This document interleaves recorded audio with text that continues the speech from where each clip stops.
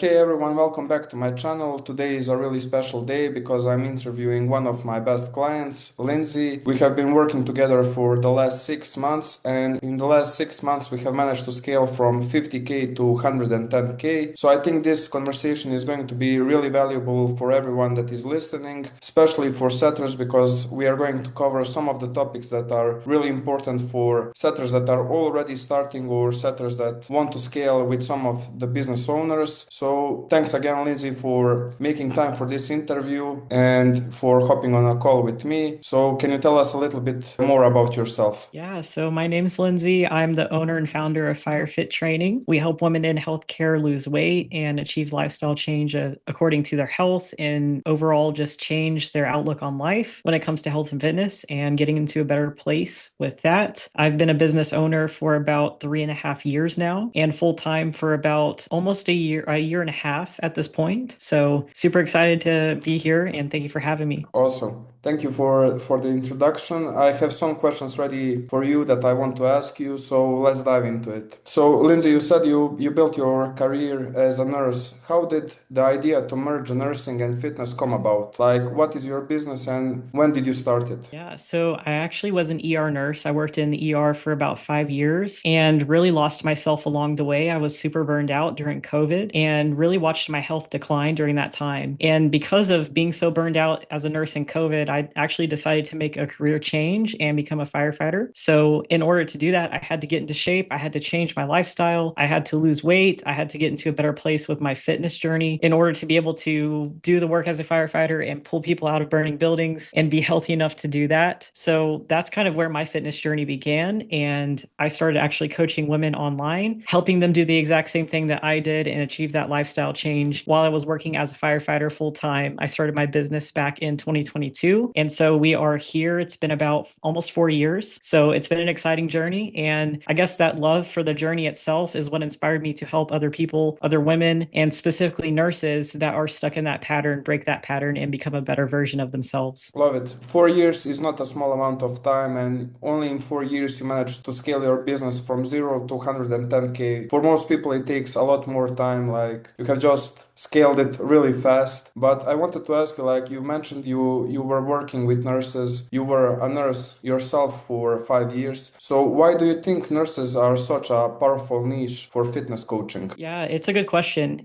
They say the riches are in the niches. And at first, I actually started out helping women that work desk jobs. And I felt super disconnected from that role because, I had just become a person that worked behind a desk myself. So it just felt more connected working with nurses and women in healthcare. They are such a good audience to help because of the lifestyle, because of the long hours and the shifts that they work. It's really hard for them to find balance and be able to achieve this type of lifestyle change. So making this more realistic for women and nurses that have gone through exactly what I've gone through has helped me help them and achieve that lifestyle change. It's been really beautiful, honestly. Love it. You have connected two worlds into one, basically. Yes. Love it. And when did you realize you wanted to go full time in your business instead of continuing with nursing? Like, when did that change start for you? That was last August of 2025. We were about at 30K a month ish. And I decided to go all in, put 2 feet in instead of 1 foot in, 1 foot out, and be able to devote my full time to actually scaling the business. So from August last year, we took it from 30K to 110K, like you said, currently. So it's been a heck of a ride. Love it. And when it comes to your business now, when you look at it, what is your long-term vision and main goal for your business right now? Like, what would you like to accomplish in the next 5 to 10 years from now? Yeah, really good question. So obviously the goal is to continue to scale. I'd love to have a multi-million dollar fitness coaching business and just be able to impact as many lives as possible, as many nurses as possible to make this lifestyle change. There are hundreds of thousands of nurses in America. So if we can at least help 1% of those, then we're on our way. But really the goal is to scale the team and scale the business and be able to touch as many lives as possible. And when you say you want to scale your team as well, not only your business and yourself, like when did you actually see that you need to hire more people to make this thing scale? Like I can imagine, like everyone else, you started your business alone. Then when the people started coming in and the revenue started growing, you had to make some changes. So when did you actually start hiring more people and asking for help to scale this thing? Yeah, it was probably about a full year that I did everything myself as far far as the marketing, the content, the appointment setting, the sales, the coaching, everything was on my plate. So actually, the first hire that I did make was an appointment setter in a VA. So the appointment setter was able to offload a lot of my work and time, and I was able to focus a lot more on problems inside of the business that needed my attention, and overall be able to scale a lot faster. When you're doing everything yourself, you're buried in work. It's super hard to create that work-life balance, and you almost stay stagnant. So you have to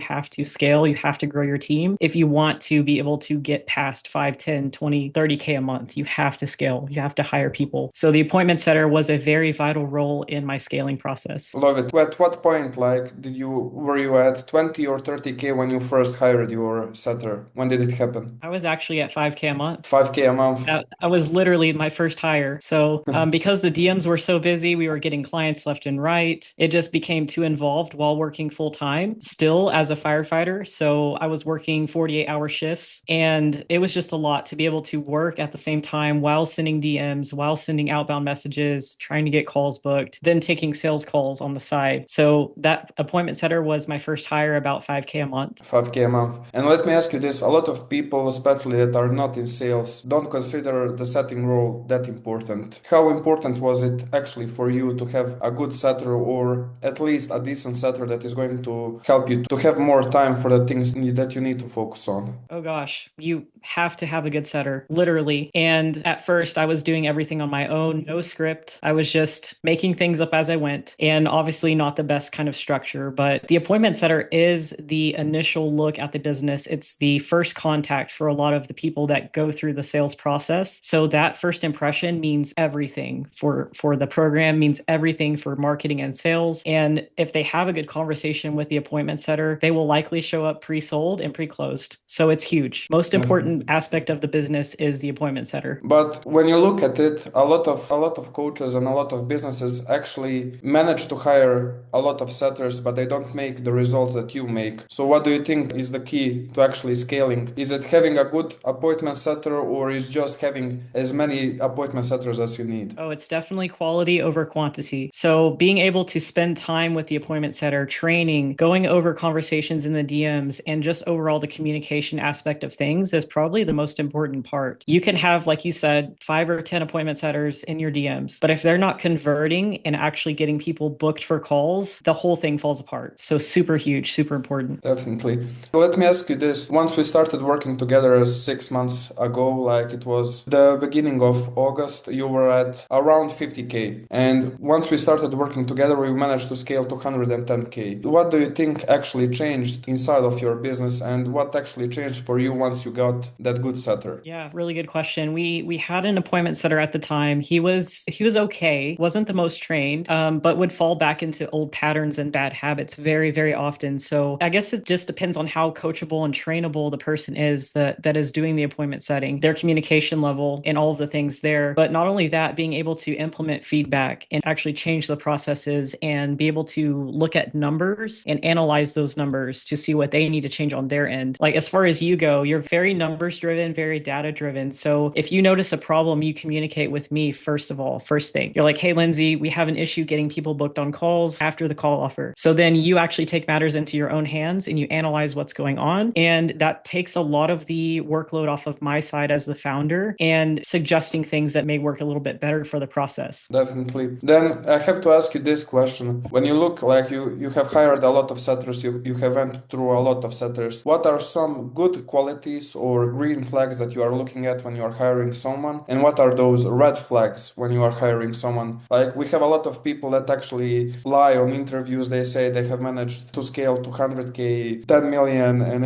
everything else. But when they start to work, you don't see that work that they need to do. So what do you think are some green flags and what are some red flags? Yeah, work ethics is a huge green flag. So someone may say that they do XYZ, but if they don't actually produce the results for that XYZ, then it's super hard to build the trust with them, right? So work ethic is huge. You have to have somebody that's willing to speed to lead, because we know in sales, speed is one of the greatest factors for being able to close somebody, being able to get calls booked, etc. Right? So somebody that's not on their phone checking messages, letting messages sit for a couple of hours, red flag, right? Green flag, letting messages sit for 30 minutes or less, sometimes 45, depending on what's going on throughout the day. But Huge green flag, speed to lead. Another green flag, communication style. So not only communicating with the business and the other business partners, but the communication itself, as far as the grammar, the English, the whatever language you're speaking with the prospects, being able to sound like you are actually the business owner itself. And so fitting that style and being able to fit within the niche and being able to talk to these people like with terms that they use themselves, right? Because obviously talking as a robot, we all know we don't build trust with people that way. So it's that green flag communication and being teachable and coachable. So being able to implement feedback if you have feedback given to you. Red flag, I'm trying to think of more red flags. There are a lot of red flags. A lot, a lot But the of. ones that really come to the top of mind are, yeah, literally, just communication. Communication is the hugest thing. Communication and speed, work ethic, green flags. Definitely. And let me ask you this, like you have not a lot of people actually manage to scale to 110Ks, especially that fast as you. So let me ask you some things like what is the biggest mistake you see coaches make in the DMs when they are trying to book calls? Yeah, super, super short messaging, not actually digging into the pain points of the prospect and really just pushing the sale through the DMs, especially with our niche, women in healthcare. Women are so emotional when it comes to this type of thing, when it comes to health and fitness. It's almost like you have to adapt your communication style to the niche. So obviously for men in finance, that's going to look completely different versus women in healthcare. So pushing for the call or the sale in the DMs is a big no, but really leaning into the prospect's pain points and figuring out their why has to be a huge piece of the puzzle. So once we were able to dial in the framework for the setting process and also not keep a million questions coming their way to where Yeah. the person gets disinterested, it's finding a balance between asking the right number of questions the right type of way. Love it. That's the perfect response. And what do you think are some beliefs that coaches have about growth that you now know and think are completely false? Yeah, a lot of coaches think that they have to do everything themselves. And so the workload on your plate piles up. And like we talked about speed to lead being so, so important. Yeah. If you're managing everything yourself, you don't have an appointment setter and you're taking sales calls and coaching your clients, those DMs will sit forever, right? Yeah. So that's a huge mistake that I see with coaches, just overextending their work-life balance and trying to do everything when the biggest ROI comes from delegating and hiring a team to be able to scale. If you do everything yourself, you're going to stay stuck at a certain income per month and not go past that. Definitely. So let me ask you, Lindsay, especially a lot of young appointment setters or people that don't have a lot of experience with good coaches or with a lot of agencies or coaching businesses want to start appointment setting, but they have that gap of belief. Like, what do you think is the best way to actually push through that belief? Like, a lot of people don't think a Loom video is really good, like it's necessary to be good. Or a lot of people don't think they need to be professional when they are working some remote jobs. Or also what a lot of people think is that even if they don't have experience, they cannot find a good program or good business owner that can actually work for. Do you think that is true? Or do you think it's really easy to push through that limit and find an offer that is actually good for you? Yeah, I mean, everybody has their own limiting beliefs. And especially when you look at the mindset of a 9 to 5 worker versus an entrepreneur or somebody that's in sales or appointment setting, there's a vast difference between that mindset. That same mindset that keeps people in a 9 to 5, you cannot use when it comes to starting your own business or working for a business. It's almost like it comes with the uncertainty of not knowing where your paycheck is going to come from, Yeah. right? That's the mindset that entrepreneurs and appointment setters have versus people in 9 to 5, that they know that their paycheck is coming, right? So you have to push past those limiting beliefs. There are tons of good offers out there. It's literally almost like dating, is how I describe. It's like dating. And I say that with the program. I say that with finding the right fit for your business that you're going to work for. It's all dating. So if the first opportunity that you find is not a good fit, keep looking for a new fit, because there will be somebody that will take care of you, that will communicate with you and support you and give you all of the tools that you need to succeed as an appointment setter or somebody in sales. Definitely. But how do you think it's important to actually have a good loom, a good profile, to be professional on that first call? Like when we went on our first interview, when I just started working for you, like if I showed up with a messy hair, with a long beard, my background is all cracky, like would you hire me? Oh no, first impressions are everything, right? So I've had some very interesting interviews with appointment setters before, and people that I immediately turned away due to their presence on the initial call in the interview. So like other people say, how you do one thing is how you do anything. So if you show up to the call messy, unprepared, not ready to take notes, looking like you're not interested, huge red flags, and your work quality will probably reflect that as well. So having that Loom video, presenting yourself almost like you're selling yourself to that business owner is the first impression, and it reflects upon your work. So very, very important to make a very good first impression, because the business owner will see the value that you bring on that initial call, and they immediately know within the first 3 seconds if they want to work with you or not work with you. Definitely. I think those first 3 seconds actually make all the impact, because in the first 3 seconds, if everything is messy, if you are not prepared for that interview and you are not ready to actually perform, you are out. Like, it doesn't matter how long you have worked, what experience do you have, it's how you present yourself. I was going to say that they say that the sale is lost within the first 5 minutes. Yeah. So the same goes with interviews. It's the business owner is going to know, they're going to get a vibe from you and a first impression from you. So that first impression is everything. Love it. And would you rather, when it comes now to your business, would you rather hire someone without experience but who is hungry and coachable, or would you actually hire somebody that has experience but is not coachable and manageable? Oh, 100% no experience. No And what's so experience. great about that is you can actually mold that appointment setter into the business and train them and coach them to fulfill the role the way they need to see success. So 100% hands down, I would definitely take somebody that's hungry with no experience over somebody that has experience but maybe sloppy in their work. Definitely. Something about scaling to 110K a month that nobody warned you about. So it's being able to keep up with the fast-paced environment, because with obviously scaling the business to 110K, you have bookings coming in left and right. So the communication piece is huge. And I feel like a lot of coaches or business owners, they take for granted how important it is to communicate with the team and actually do training. So actually during the 110K month, I think we did more meetings than we ever did before. Yeah. And nobody warned us about that part. Nobody. But super, super important, right? Okay, and what do you think now, after 4 years of having your own business and after going through all the process of hiring people and everything else, what is more expensive? Having a good appointment setter, a good closer, a good team, or not having them? Oh my gosh. The headaches with not having a good team are not worth the headaches, I will say. So it's who you invest in as a business owner and who you put the faith and trust in to do the back end work that will give you the biggest return on investment. So you may be paying more commission to the right people, but again, your return on that investment is tenfold. So even if you're paying XYZ to your appointment setters and your closers, the amount of money that you make is directly reflected upon the commissions that you pay. So being able to provide that appointment setter with a fair wage and a fair compensation is key. And that will keep them engaged, hungry, and ready to scale,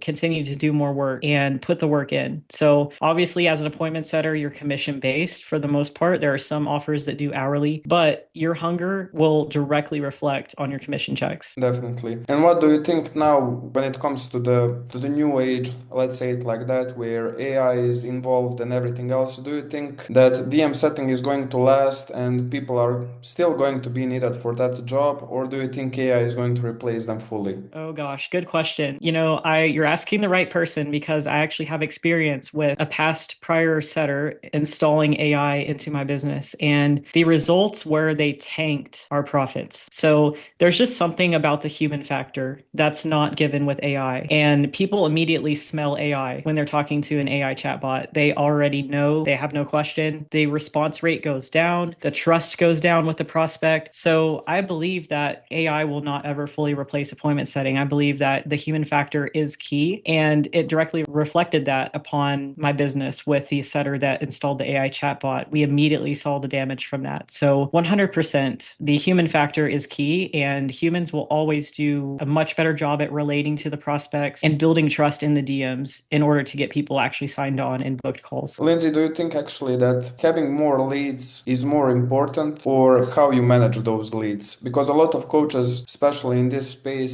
say they need more leads, more leads, more leads. But I think that actually even having a small amount of leads that is managed good can be more productive than having more leads. So what are your thoughts on that? 100% agree. Again, it's quality over quantity, right? So if you have like 40 leads in your DMs, but you're only able to convert 1% of those, what do your sales look like then? Same thing with 400 leads. If you're only able to convert 1% of those, still pretty terrible. Ad spend goes up, your return, your ROAS goes down. So it really, really does depend on the quality of the conversations and how deep the appointment setter goes in the DMs versus just pushing the leads off and saying, oh, here's a simple question to send them, or not relating to them. So it really, really matters the actual quality that goes into the DM conversation. You can close people left and right if you have a dry inbox. We have that proven to us with the last couple of weeks. We know that that happens, but you can also have the same amount of sales done with a full inbox. So it really just does depend on the appointment setter and the quality of the conversations. The last two questions I actually have for you, Lindsey, is for someone that is actually looking to start into sales, that wants to be an appointment setter, closer, or actually wants to start their own business. What advice would you give to them? You have to roll with the punches. And what I mean by that is nothing in starting your own business or working in sales is going to be easy. You will get told no more times than you can count, but every single no that you get told leads to a yes. So it's just being able to have that drive and determination to push through the no's, whether that's setting in the DMs or finding an offer, trying to find the right fit for yourself. You will probably get told no. So it's that hunger and the drive, the continuing to go when you do fall, getting back up after you fall, that makes or breaks anybody that's getting into appointment setting or sales. Love it. And the last question I have for you, for someone to actually succeed in this space and get to that number that they have in their head, like even if it's 10K, 100K, 1 million, 10 million, it doesn't matter. What do you think they should do, and what do you think they should focus on to actually get to that place? Yeah. So kind of like we talked about the drive and determination piece, you will get out of this what you put in. So if you're only working 5 hours a day, not going to be very good, right? So it's the hunger and the drive. So if you're willing to do the extra mile, go the extra mile, stay up a little bit late to finish conversations that are there, that's what separates a bad appointment setter from a good appointment setter. So being able to push through those things, because none of this is easy or comfortable, but the things that are more comfortable are the things, or not as comfortable are the things that challenge you and push you to become better. So that would be number one. Number two is being coachable, like we talked about. The coachability aspect is huge. So if you are somebody that thinks they know everything and you don't listen to advice or take feedback, you're not going to go very far in this industry, we know. So especially as you know, when you came into the offer, it was a big learning curve for you. It was a completely different niche, completely different audience. So being able to mold and learn how that audience and the niche actually talks and communicates is huge. If you're not adaptable or coachable, it's not going to work, simply put. Love it. Thanks again, Lindsey, for your time. This was a great interview. You gave a lot of advice, a lot of knowledge overall, not only for setters, but also for business owners that want to scale and do their thing properly. I think this video is going to have a lot of value. So thank you for your time once again, and thank you for being a guest on my channel. Absolutely. For everyone else, subscribe to my channel. You can also follow me on my Instagram. We will have a lot more content about this, and see you on the next video.